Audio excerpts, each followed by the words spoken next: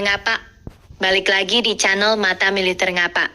Kali ini kita bakal bahas berita terbaru dari Kementerian Pertahanan Republik Indonesia yang kembali melakukan langkah penting dalam modernisasi alutsista, khususnya di bidang drone tempur. Tanggal 18 September tahun 2025 lalu, Kemhan RI bersama Turkish Aerospace dari Turki menggelar rapat di Jakarta.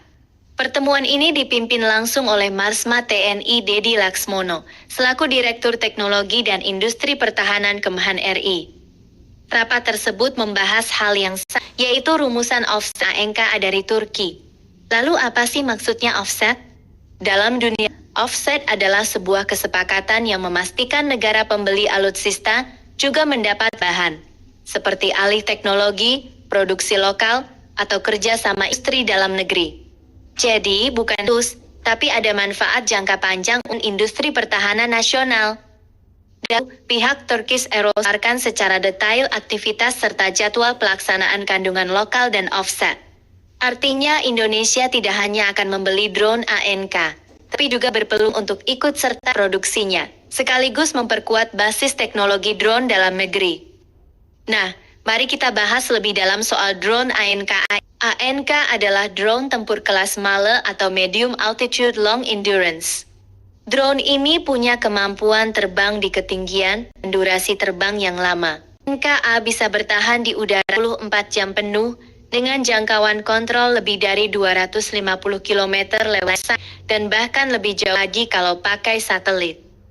Unik, ANK punya panjang sekitar 8 meter, rentang sayap 17 meter, landas maksimal sekitar 1,6 ton. Drone ini mampu membawa berbagai muatan, mulai dari sensor elektrooptik, radar pengintai, hingga persenjataan. Persenjataan yang bisa dipasang pun bervariasi, seperti rudal udara ke darat MAM-L dan MAM roket Sun, yang terbukti efektif digunakan Turki dalam berbagai operasi militer. Jadi, ANK bukan sekadar drone pengintai, tapi juga benar-benar bisa dipersenjatai untuk serangan presisi. Dengan kemampuan tersebut, masuknya drone ANK ke arsenal TNI akan menambah kekuatan tempur udara jarak jauh yang bisa dioperasikan tanpa risiko mengorbankan pilot.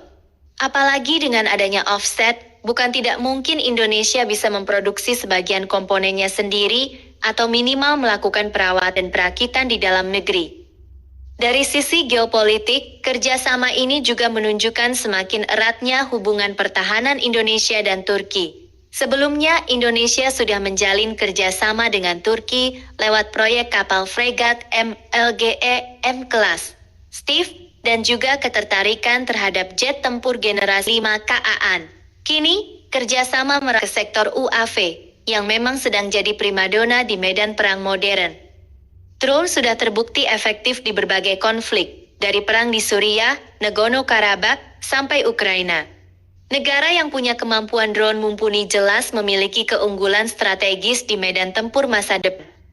Bagi Indonesia sendiri, drone ANK-A bisa menutup celah kemampuan tempur udara kita, khususnya di bidang intelijen, pengawasan, dan serangan jarak jauh.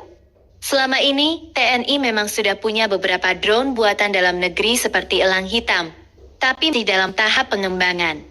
Kehadiran ANK-A plus alih teknologi bisa mempercepat proses menuju kemandirian industri drone nasional. Jadi jelas bahwa rapat offset antara Kemhan RI dan Turkish Aerospace ini bukan sekadar formalitas, tapi bagian dari strategi besar untuk memperkuat kemandirian alutsista nasional sekaligus meningkatkan daya tempur TNI di era peperangan modern. Kesimpulan, drone ANK dari Turki adalah salah satu UAV tempur terbaik kelasnya. Dengan offset dan alih teknologi, Indonesia tidak hanya membeli, tetapi juga membangun kemampuan jangka panjang. Kombinasi antara drone impor dan produksi lokal bisa menjadikan TNI lebih tangguh menghadapi ancaman di kawasan. Itulah update militer kali ini, Sobat Ngapa. Gimana menurut kalian? Apakah drone ANK cocok buat memperkuat arsenal TNI atau lebih baik fokus kembangkan drone buatan lokal? Tulis pendapat kalian di kolom komentar ya. Jangan lupa like, share, dan subscribe biar nggak ketinggalan update terbaru dari dunia militer.